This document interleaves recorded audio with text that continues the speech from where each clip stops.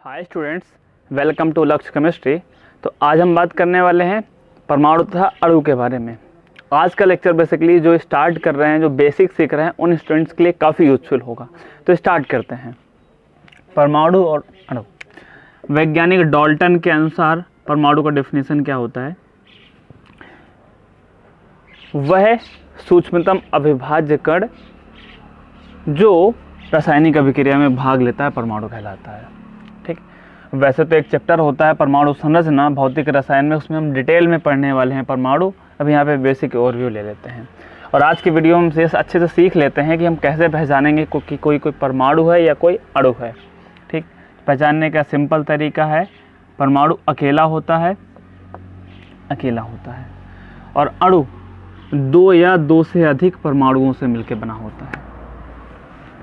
अकेला है जैसे कार्बन हो गया, फास्फोरस हो गया, नाइट्रोजन हो गया, सल्फर हो गया, बोरॉन हो गया, इस टाइप से। आयरन हो गया, सिलिकॉन हो गया, सीजियम हो गया, इस प्रकार से।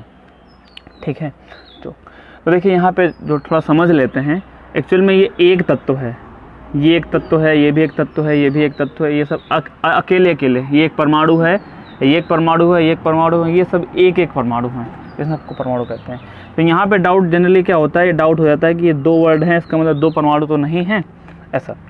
तो इसको हम सिंपली समझ लेते हैं, जैसे कि हाइड्रोजन है हमारा, हाइड्रोजन है, हाइड्रोजन को हम एच से लिखते हैं। आगे हीलियम भी आता है, तो इसको भी अगर हम एच से लिखेंगे तो फिर इन दोनों में कोई डिफरेंस नहीं रह जाएगा, इसलिए हीलियम को एच ही लिखते हैं। ये पूरा उठा लिया हमने ताकि थोड़ा अंतर बना रहे। ठीक, उसी प्रकार नाइट्रोजन को एन से लिखते हैं।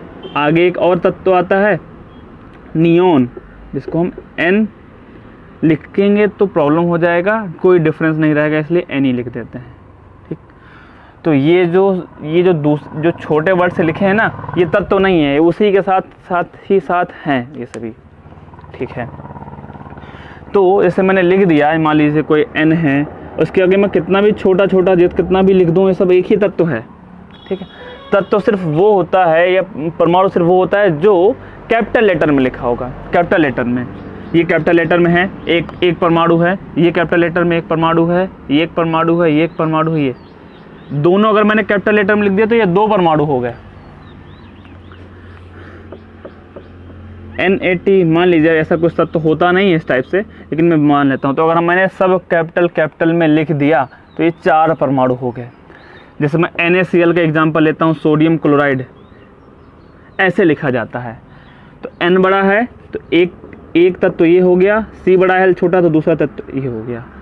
अगर हमने इसको ऐसे लिख दिया NaCl तो इसको काउंट करेंगे, ये सब एक परमाणु है और ये गलत होता है।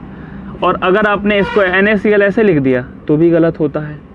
ठीक, तो अल्टीमेटली ये है कि जो कैपिटल लेटर से है सिर्फ वही हमारा परमाणु है, वही तत्व है।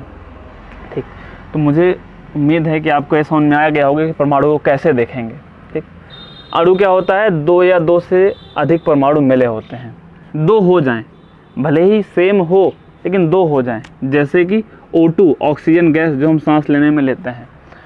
तो ऑक्सीजन तो एक है लेकिन अभी दो हो गए परमाणु, तो ये हमारा अणु पे आ गया। N2 नाइट्रोजन एक है, दो हो गए, दो। CO2 कार्बन एक है, ऑक्सीजन दो हैं, तो तीन परमाणु हो गए। ठीक, तो अणु क्या होता है, दो या दो से अधिक परमाणु। ठीक, साथ ही साथ हम गिनना सीख लेते हैं आज कि हम कैसे गिनेंगे कि किस अणु में कितने परमाणु हैं। ठीक, मैं एग्जांपल लेता हूँ आपको, H2O गिने अगर इसमें, तो हाइड्रोजन इसमें दो हैं, ऑक्सीजन एक है, तो कुल हो गए तीन परमाणु। दूसरा नंबर HNO3, देखते रहिए, जो कैपिटल है उसी को काउंट करेंगे। ये हाइड्रोजन एक है, नाइट्रोजन एक है, ऑक्सीजन तीन है, तीन, तो कितने हो गए ये, तीन दो पांच परमाणु हो गए। तीसरा नंबर CaSO4, ठीक, देखिए ये कैपिटल ये स्मॉल, तो ये पूरा एक परमाणु, सल्फर एक परमाणु, और ऑक्सीजन कितने हैं 4 हैं, तो 4 5 6 परमाणु हो गए। ठीक, 6 परमाणु हो गए। यहाँ पे मैं आपको कुछ क्वेश्चंस देता हूँ, देखिएगा उनको अच्छे से। मैं देता हूँ आपको CuSO4 SO3, अभी 2 क्वेश्चन हो गए। ठीक, अच्छा और एग्जांपल समझते हैं। कभी कभी क्या होता है ना, इसे रिएक्शंस में लग जाता है 2 HNO3 या 3 HNO3 इस प्रकार से। तो देखिए इसका मतलब क्या होता है, गुणा है, तो इसमें जितने परमाणु होंगे उसमें उतने का गुणा कर देंगे। ठीक, गिन लेते हैं एक बार और। हाइड्रोजन 1 है, नाइट्रोजन 1 है, ऑक्सीजन 3 है, 3 1 4 1 5 आया, 5 में 2 को गुणा किया 10 हो गया। यहाँ से भी हम मल्टीप्लाई कर सकते हैं डायरेक्टली, हमने इसे यहाँ काउंट कर लिया था, ये हो गया मल्टीप्लाई करना। तो मल्टीप्लाई का भी मैं आपको एक क्वेश्चन दे देता हूँ, 1-2 question. H2SO4 3H2SO4, SO2 4SO2। एक लास्ट प्रकार का एग्जाम्पल हम और समझ लेते हैं, फिर हम आगे बढ़ते हैं। जैसे ये लिखा है CaOH का होल ट्वाइस, इनको हम अच्छे से समझेंगे। देखिए ये तो एक परमाणु हो गया, देखिए ये पूरा ब्रैकेट लगा है, ब्रैकेट के बाहर 2 लिखा है, इसका मतलब है कि ये 2 बार है, ये 2 बार है। हम इसको ऐसे भी लिख सकते हैं, या CaOH ऐसा भी समझ सकते हैं, सिर्फ समझने के लिए है। तो देखिए हम यहाँ गिन लेते हैं, ऑक्सीजन 1 है, हाइड्रोजन 1 है, ये दोनों 2 बार हैं, तो मल्टीप्लाई कर लेंगे। अंदर जोड़ा 2 2 दूनी 4 1 5 परमाणु हो गए हमारे पास कुल। यहाँ से भी हम गिन सकते हैं 1 2 3 4 5। एक एग्जांपल और ले लेते हैं हम, CuNO3 का होल ट्वाइस, तो ये हमारा 1 है, इसको हम ऐसे लिख सकते हैं CuNO3 गिनना आसान हो जाता है थोड़ा सा। गिन लेते हैं, नाइट्रोजन 1 है, ऑक्सीजन 3 है, 3, और ये दोनों 2 बार हैं, तो 3 1 4 4 दूनी 8 1 9, कुल 9 परमाणु हैं इस अणु में। ठीक, यहाँ से भी हम गिन सकते हैं 3 4 1 2 2 3 5 1 6 3 9। तो आई होप आपको ये काउंट करना बहुत अच्छे से समझ में आ गया होगा। जो भी डाउट हो तो आप कमेंट करिएगा, मैं आपको इससे रिगार्डिंग भी दे देता हूँ। ALH का होल थ्राइस, CaNO3 का होल ट्वाइस, तो ये आप इनको कीजिएगा, इनको हम कल मैच कर लेंगे। तो हमने ये काउंट करना सीख लिया बहुत अच्छे से। तो हम अणु के बारे में सीख रहे थे। हाँ, तो अणु क्या होता है, 2 या 2 से अधिक परमाणु।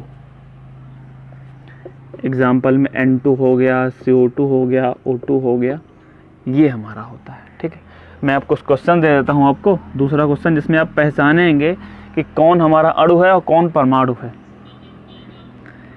सीजियम है, H2O2 है, NaCl है, SO3 है,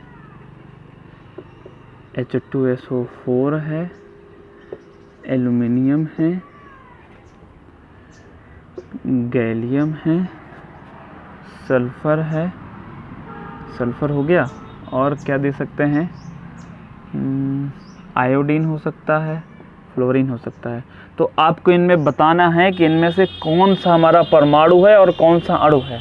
ठीक, आई होप ये आपको समझ में आया होगा। ठीक है, thank you so much for watching.